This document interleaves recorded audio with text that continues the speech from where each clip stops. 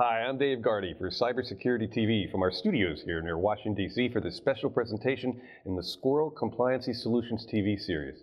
Joining us now via Zoom is Mr. Gil Bollinger, who is CEO of Squirrel Compliancy Solutions, and Jason Baumgardner, the Director of IT and Cybersecurity for Squirrel. Thank you for joining us, gentlemen. Now, gentlemen, you're here today to share how your team made some important decisions so when your customers log into Squirrel Defender, they're secure. Can you give us some perspective of that, Gil? Yeah, so this was actually a really hot topic maybe a couple of years ago with a particular customer. And that customer was driving this requirement from our perspective in terms of they were asking for it. They had particular things they wanted to achieve from it. But it generated quite a bit of a technical back and forth and just us diving deep into some kind of archaic stuff in order to get the solution the way we wanted it. Okay, so what were some of the requirements that the customer outlined? Yeah, Dave, so thanks again for having me here today, but I was that customer, and it was my time as in the Army as a 25 Delta. I was a master sergeant, and I was working closely with Squirrel Compliancy Solutions, primarily Gil at the time. And we wanted Defender to move away from the local authentication and align more with the DoD and DIB strategy of federal identity management, zero trust, and captive authentication. Gil and I both came from network engineer backgrounds, so we initially pursued Radius and TACX as potential options to address some of the complications and hurdles to align with those DoD strategies. But we quickly came to terms with SAML was going to be the best option for us. And that was due to some of the Radius and TACX inadequacies from a security perspective. Squirrel Compliance Solutions adapted and provided the SAML integration desired for our organization to proceed with deployment within 4 months of the SAML request to them. That's right, Jason. I recall you were a customer of Squirrel Compliancy Solutions before you joined them. You just mentioned Radius and TACX. Can you elaborate on why ultimately you selected SAML as the requirement for centralized authentication when deploying Squirrel Defender within your organization? Yeah, so first and foremost, SAML is designed for web application authentication, and Radius and TACX simply aren't. In order to authenticate securely from a web application perspective, if you were to use Radius and TACX, there's additional infrastructure that would need to be added into your environment, proxy servers, and other third-party solutions to get it to talk to that federal identity management or IDP that you would have in your environment. So out the gate, Radius and TACX being for network authentication for network devices from a design perspective, that was a leading factor. Radius and TACX also don't integrate with SAML or SSO natively. So from that perspective, you have additional configurations, additional infrastructure that increases your risk within your environments just by simply tacking onto your infrastructure to support it. From a confidentiality perspective, Radius only authenticates passwords only. Keep in mind that Radius was designed in the 1980s. So that password only encryption poses a problem because the rest of your message, the body of your message and the contents is still clear text. From a TACX perspective, it came out in the 1990s and they realized in between Radius and TACX that they should be encrypting the entire packet. However, from an integrity perspective, when you're dealing with hashing, Radius and TACX don't align with some of the modern authentication requirements. They're using MD5 hashing. Yeah, so I want to add something here, Jason. Single sign-on. So what do we want from that? Well, multi-factor authentication or two-factor authentication. If we use SAML, and we don't need to know if you're using that, the IDP handles that. So it made our life at Squirrel much easier that the MFA was integrated with the customer's identity provider. And that was all handled behind the scenes under the normal way they log into anything and how they use their MFA today. And so we got increased security. the same security posture they use when they log into their computers, if not more, without much complexity outside of supporting SAML. And then if you think about what Jason was saying, MD5, like it's 2025, we're using MD5. Like we haven't updated the RFCs to permit, something a little more robust than MD5, maybe SHA 384, maybe SHA 512. That would itself would have helped the story behind Radius and TACX a little bit more, but SAML allows us to use TLS, which gives us all the latest HMAC and encryption algorithms that we'd ever want to use and can use, meaning that if new ones come out, TLS version 1.2, TLS 1.3, et cetera, we can continue evolving the security posture of that protocol over time, and we're not stuck with an archaic MD5 implementation. But back to you, Jason. Sorry for jumping in. Yeah, no problem, Gil. Thanks for filling in on that. So another thing we did is looked into RadSec with Radius and TACX, because that is that produces an essential option because it does wrap the TACX and Radius packets in a TLS wrapper. So, from that perspective, you can get the traffic and protect it from that MD5 hash that's, out there and protect it in that TLS encryption when you're sending it over to that authentication server from your network devices. But from a RadSec perspective, the DoD primarily doesn't have it, integrated into their environments, and that's what I've observed. Another factor with RadSec is from a network device perspective, vendors don't have it well documented. It's not fully matured yet, so that poses a risk as well. So, yeah, Jason, I have something I want to jump in here with you.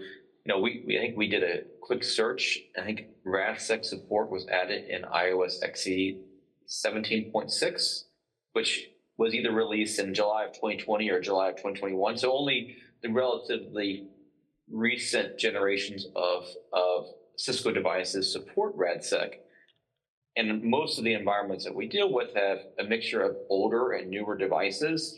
And so a uniform deployment of RadSec is not something that we see as very common, or I've never seen at all, to be quite honest with you. And so even though this is a plausible alternative to SAML from a security perspective, because they're both using TLS for security purposes, it just wasn't widely deployed.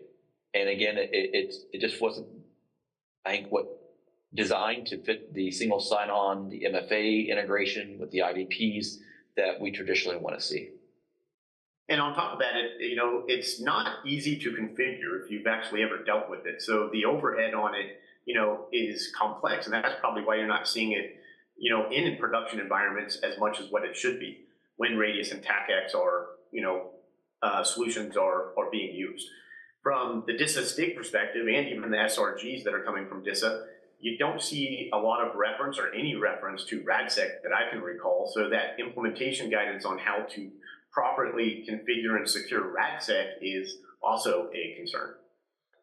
Wow, gentlemen, looks like a lot of work went into determining which centralized authentication solution was best for the Defender platform. Yeah, so, as we peeled away the layers of the onion here and kind of looked at this, we saw guidance from within the AAA SRG. We saw guidance in the application security development STIG.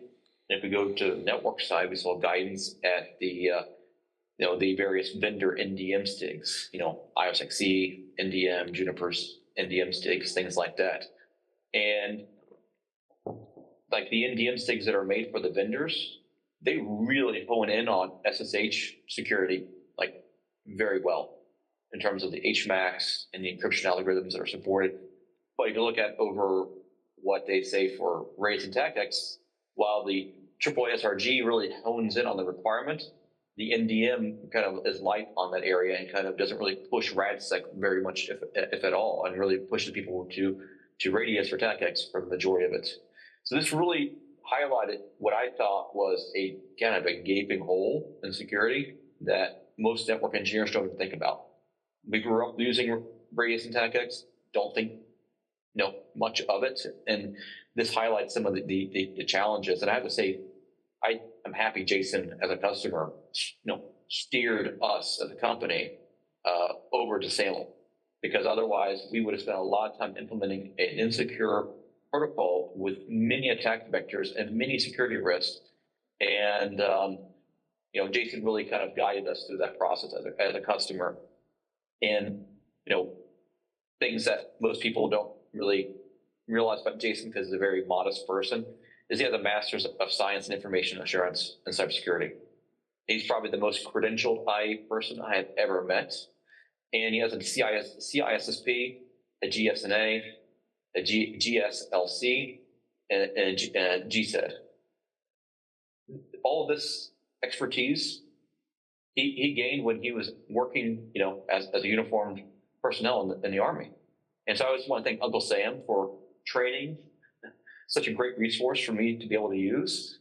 And, and also want to thank Jason for his service, because, he retired. And after he retired, we were so lucky that he decided to come work for us. And he helps today steer all the security decisions that we make on the platform and as a company. And so he has the authority to hit that stop button on the line if he sees a security problem that bothers him. And so we've given him a lot of authority to take all his experience and all his knowledge and put it to practical use, and we really appreciate that. The more I listen to you guys' evaluation from both of you, it seems to get scarier. Is it really as scary as it seems? Yeah, I think it's scary. Again, how many places have radius and TACX configured? And that's what we're using to log into all of our network devices, because we've been told you need to have a centralized authentication server, or the SIG says you need to do radius or whatever. Well, if someone is on the line and are able to grab that packet and decode it, decoding it won't be hard. 75. So that it just really kind of highlights the kind of that supply line of you from your workstation to the network device to AAA and back again, and how that one leg is highly insecure today in comparison to the front leg, where we spend a lot of time hardening and securing. And again, as a network engineer, I didn't think much of it, until we dug deeper into it and saw all these problems. It's a little shocking at how widely used MD5 is still today, not just in TACX and Radius, but if you look at the router protocol authentications, they're all using MD5, whether using BGP, OSPF, EIGRP, ISIS, RIP, any of those, if you're still using those. And then most of the authentications for network time protocol are MD5. There's a few implementations out there that do SHA, but you would think an RFC increment would say we're using SHA 384 or 512 or something like that. But we're not really seeing a lot of motion within the industry to migrate to these things. And that just, to me, creates a lot of security risks for critical services such as time that we all rely on. And when time gets messed up, VPNs, all kinds of things just don't work right. So I think it's high time for us to kind of take a deeper look into these other areas. What do you think, Jason? Yeah, it horrifies me from the protection stance of protecting endpoints to network devices for administrative traffic flow. We're there, but then we turn around and practically throw most of that out, from the authentication server to the network devices, and the network devices back to the authentication server. MD5 there is not a good practice. And Gil mentioned MD5 being used in other technologies, NTP and stuff like that. So that poses the question, what other problems do we have with administrative protocols that are in use today? Well, gentlemen, there's a lot to unpack here. Do you see other technologies addressing this issue? Yeah, I actually see some improvement in this area, particularly around SDN. A lot of the newer SDN controllers that are out there, or SD-WAN controllers, whatever you want to call them, they're leveraging RESTConf, which uses TLS in most cases. And they're recommending this disabling SSH to the network devices, so administrators don't go to the network device directly anymore. They have to go to the controller. But that is mitigating some security issues, but it's also creating some other issues. And some of those other issues that we've seen is that the API maturity to the controllers may not be as robust in terms of what you can determine about what the device is doing or not doing in comparison to what is available via the SSH console or sessions. And that means that in some cases you lose visibility to be able to determine a lot of STIG requirements by disabling SSH. And that means you're accepting that your network devices may not be following the correct cybersecurity hygiene, and you may not be proactively enforcing and blocking and tackling things earlier on versus keeping SSH enabled in a controller-based environment, just so you can go see like the show commands, at least at minimal, understand what's really going on in there and what really needs to be applied, or the right use cases exist, et cetera, et cetera. So there's a lot of challenges as it relates to controllers that and compromises that customers are making today. And while it addresses a lot of security issues because the connection between the controller and the device is TLS, it's also creating a lot of visibility constraints. Wow, this is starting to sound complicated. Doesn't seem to be a single good option. Yeah, this is one of those moments where cybersecurity professionals are stuck making a nearly impossible call.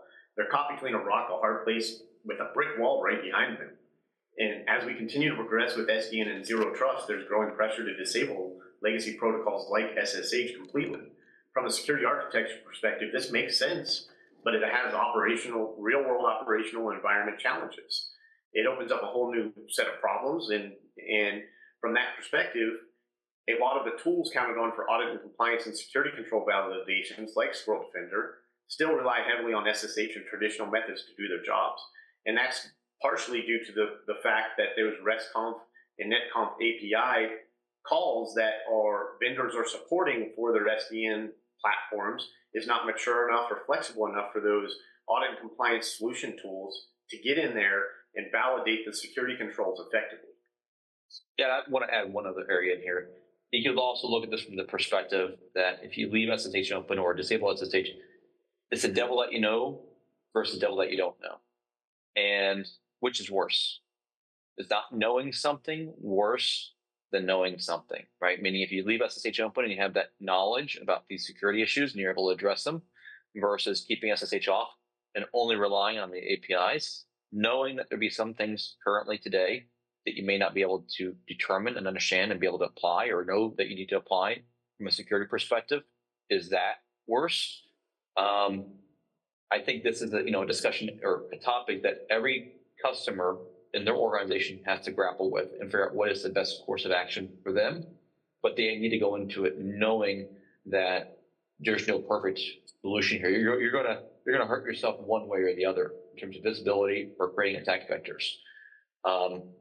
And we've obviously spent a lot of time looking into SDN technologies and SDN controllers for a variety of obvious reasons, right? This is some things that we probably have on our roadmap that we're looking to support, and we're trying to find the right way and how do we make it adaptive, the way it fits in our customer environments, knowing that some people may do certain things differently than others, and making sure that we adapt based on how our customers use technology, not making our customers adapt the way we want to assess technologies.